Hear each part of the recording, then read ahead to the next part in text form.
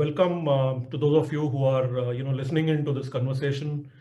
As you know, these short videos go into our community, help kind of a and resources kind of a portal which is called Talent Coven, which is basically simplifying talent management, and we call it managing talent without wizards and witches.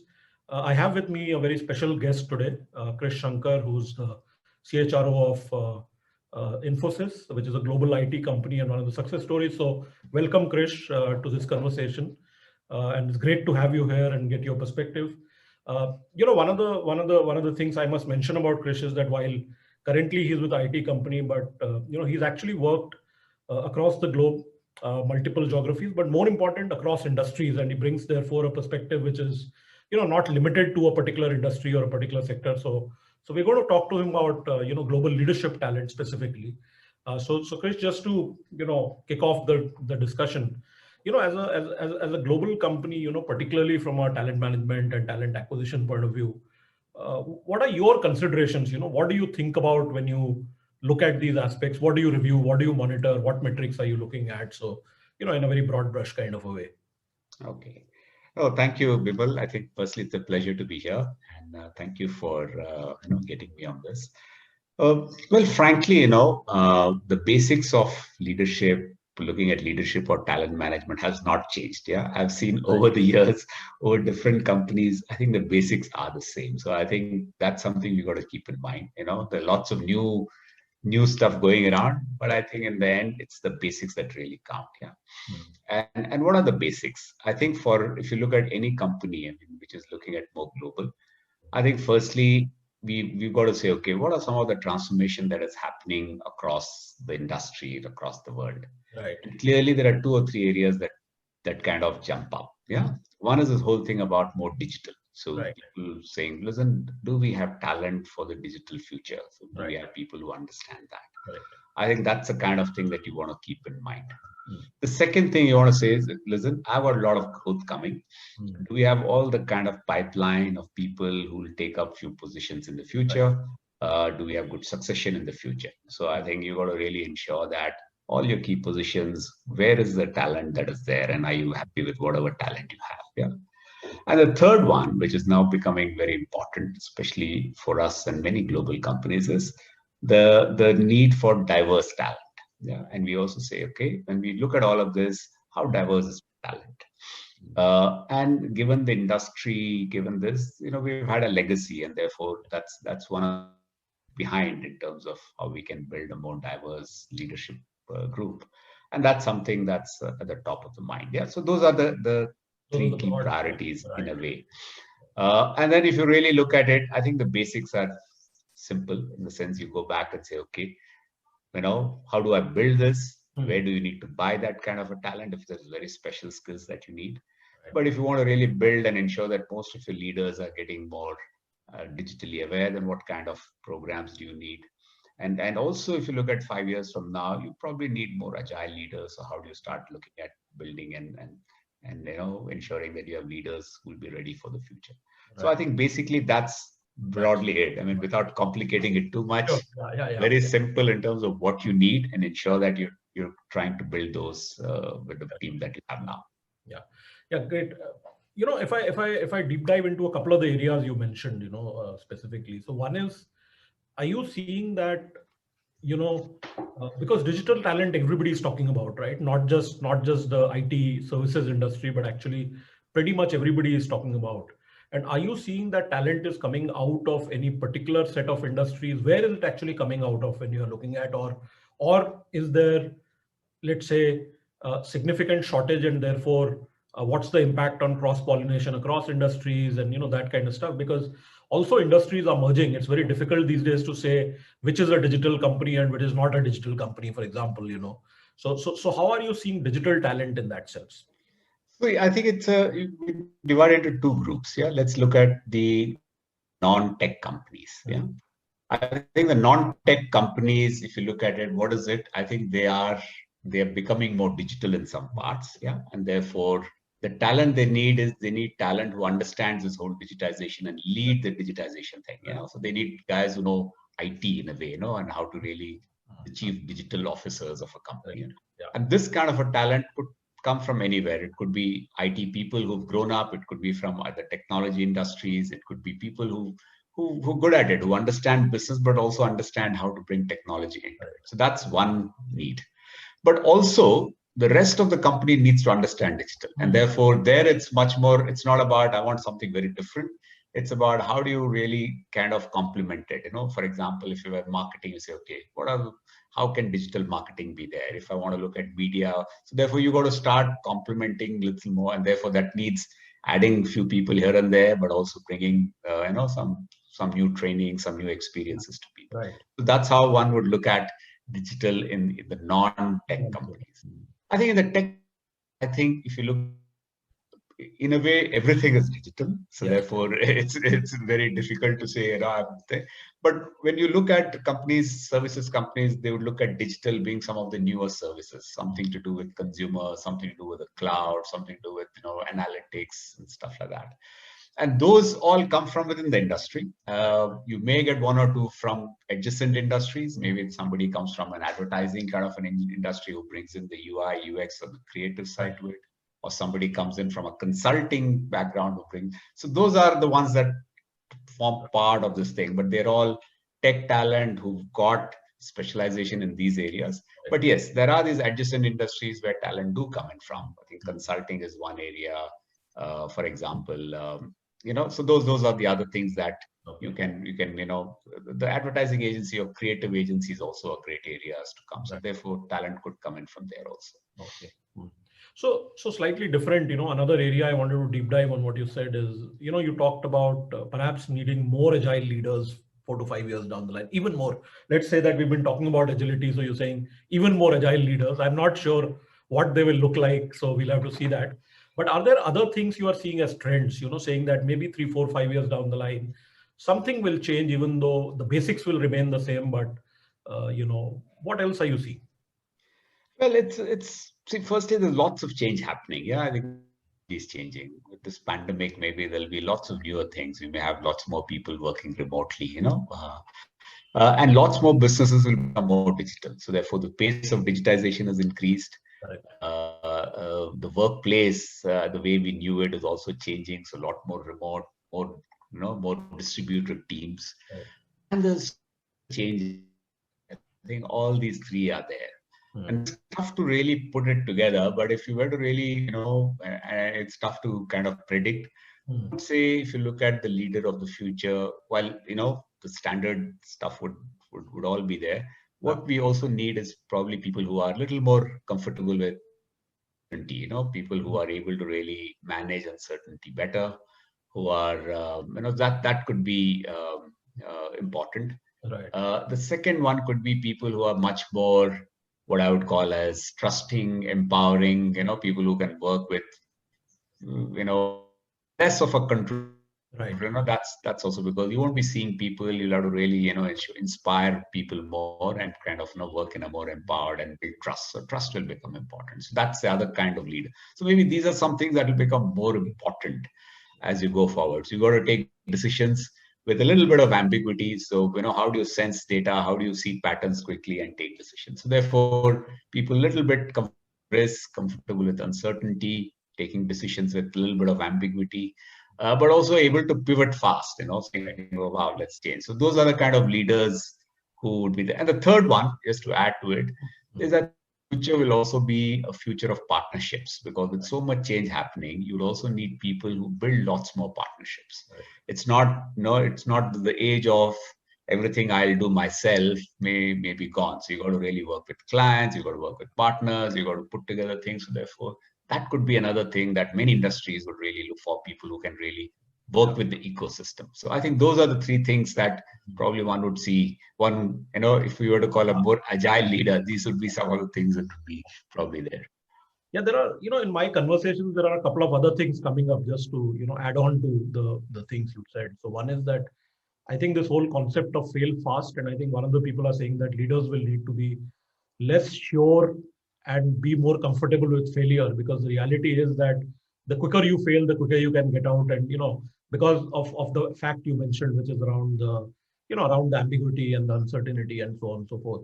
And the other thing you mentioned, and which has been coming up with my dialogue with a lot of, authors at least and academics, is this whole area of pattern making in ambiguity. And you mentioned it very briefly, but that whole area of how do you build patterns and allow decision making and choice making to flourish in that, and coupled with the fail fast, as I'm saying it, or being comfortable with failure. I think those are the two other things which are coming up off and on in several similar conversations kind of thing. Yeah. But let me move on to another subject, because I think for global talent and for global companies, mobility has always been a big area of let's say consideration for leaders, particularly leadership talent, and obviously there are economic reasons, social, political, many other factors which play into that whole mobility game. Now with with people being able to work remotely significantly after the pandemic and mindsets around that changing, do you see significantly different trends in mobility coming up? What are companies thinking about in that space? See, I think it's a little bit early to say. Yeah, a little bit early to say. I think yes, I think on the face of it, more work can be done remotely, and therefore you don't have to move so much. Yeah, that's probably one principle you can look at. But again, it would really vary from job to job and various things. For example, I mean, if you look at a sales job, it's better for a person to be there. I mean, you can't be running sales without meeting people and things. So therefore, you got some of it can be done remotely. Need to be close to the customer, still need to be close to the place of action, etc.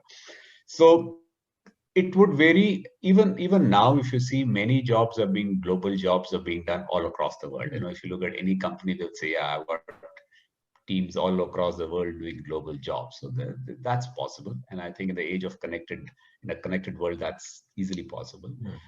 So therefore you would see, leadership distributed, but there would be areas where you would still need to get people closer to the customer, in some cases. So I think that there will be some roles that you got to really ensure that, because that gives you the advantage and the depth of knowledge for somebody to be successful in that role. Right. So I think it may change a little bit. It may change, but yeah, maybe at the lower level a little more, but at the more senior level, I don't see it changing completely so much. Right. But it'll be interesting to see, because I think one of the things, at least one is hearing in conversations, and we don't know whether it'll actually work out that way or see. But in conversations, we're hearing about countries starting to review their policies, particularly around digital and tech talent, and looking at if people don't move into the country but are available elsewhere, what do you do at the policy level? For example, things like visa regulations, and if people are working remotely and you can hire people cheaply and companies can do that, how do you deal with that? Because there are Singapore, for example, has just started this tech pass business. If you've read about that recently, for tech talent. But Singapore is a small country, and in a way it's got its own challenges like any other. But at the policy level, I'm sure that as things evolve, as you said rightly, it's a little early, but clearly there are at least murmurs, if I may say so, around mobility policies in companies. But also at the government policy level, one is hearing some murmurs, for example, in some of the European countries as to, and of course there are other factors. It's not the pandemic only. It's Brexit and European Union issues and American talent and all that sort of stuff. So there are some interesting things. I'm sure we'll see that in the next couple of years, kind of thing. Yeah, but related to that, Krish, a different or a parallel question, really, if I may say so. Is there a propensity, do you think, for global companies to start sort of looking at cost as a primary driver? Because if remote work can be done and that mindset has got set in, and there's always this fine balance between cost and value, and it's not an easy one, in the sense that you want to keep costs down and still this thing. But where do you think that thinking on that is going from a talent perspective, particularly? See, again, it's frankly, it's not. While cost is still important, if you look at it, what are the things companies have been outsourcing, right? I think you've outsourced to a lower cost kind of a thing. And what kind of roles are you outsourcing? You're outsourcing roles you may get talent external, Correct. and you create like a back office or something. I think companies may continue to do more of that, and therefore that would be there. But still, there are some areas that the companies may not like to kind of, there are some areas they still like to keep closer to the market, closer to the thing, more in-house. Yeah. So therefore, one would see, yes, given all of this, since things can be done more remotely, yes, more work may move to low-cost locations, either outsource or in-house within a company to a low-cost location. That's possible. But is it going to be completely different? No, because I think there will still be enough to do in the location. So, yeah. So I think this is something we'll have to see. It will vary by industry to industry. It will vary by various things. So yes, but yes, over time, will there be a greater move to lower cost locations? Yes, probably yes. Also, because for leadership talent, for a lot of senior leadership talent, India perhaps is not a good example, but certainly in Europe, you see that lifestyle, takes a priority in terms of where a person wants to be located, and then take up a role, and it could be a remote role. So one would potentially see that more and more, particularly in leadership talent. At least some companies are almost planning for it already. Smaller companies. I think for a large company, it's not that simple to to quickly navigate that. But smaller companies certainly are saying that, if I can find leadership talent which is cheaper and easily accessible, not just by technology, but at a 1 hour flying distance or a 2 hour flying distance, then why not? Kind of a thing. That thinking, I think, has been there even before the pandemic for some companies. But I think my own view is that as I talk to other leaders, I think a little bit of that boundaries starting to get pushed. But I agree with you that it's not going to be like a complete change. I think possibly a little bit of this and that, and vary by industry and location and all yeah, that. I would say it'll be less in the leadership level. I mean, even there, it's not going to be, if you say 100 leaders, maybe 100, maybe 5 more can come to a low cost location. But I'm not sure, because leaders have to be, where, and I don't think that's really, cost is going to be that important. Cost is going to be that critical. Yeah. Okay. So, as we end the conversation, Krish, if there are lots of Indian companies now wanting to move, to become global, and whatever. So more about accessing global markets, because that's become easier now.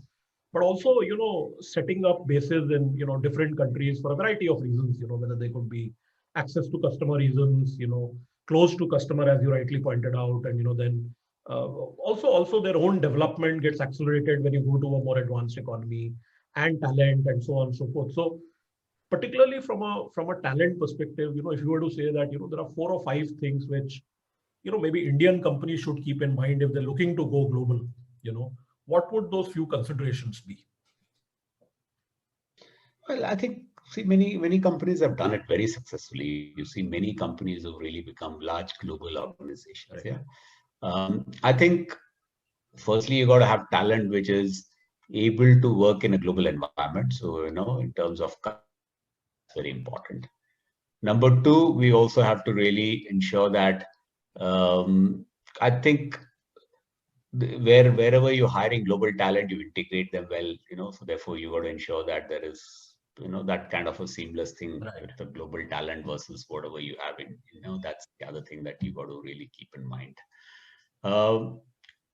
I think, it's just that, and I'm not really, it's about, yes, I think the thing that is important is, we've got to really train inclusive, more working in a more global kind of an environment. Right. I think that becomes critical. I think also, there is a tendency sometimes that you got to also keep moving talent, and therefore that's something we need to keep doing, even if it's global. People go around so that you kind of, get people access to what is happening elsewhere, and therefore a little bit of movement, creates a lot more synergies between both, both the global as well as whatever is within India. So that's also important. I think that's about it. So yeah, I think it's ensure more global mindset of people, more inclusive leaders, ensure there is mobility of people, ensure that wherever you hire global talent, you try and integrate them quite. It won't be as easy as we think, but you got to take that extra pain to integrate some of the global talent. That's true. Great. Thank you for those perspectives, Krish. I think that's been a lovely conversation, and I'm sure people who are watching this will get a few tips and tricks, if you will, to at least start thinking in that line. And I know it's we haven't gone into the minute details of from an execution point of view, but I think having a big picture is useful, because then people can. And I think it was great that you've sort of simplified the whole thing, because that is the theme, as I say, of our conversations, that keep it simple. You don't need to overcomplicate everything, kind of a thing. So I think to that extent. So thank you again for the conversation. Thanks. All the best. I don't know. It's just some inputs. I'm not sure how extensive and how deep. Wish your viewers the very best. Thank you.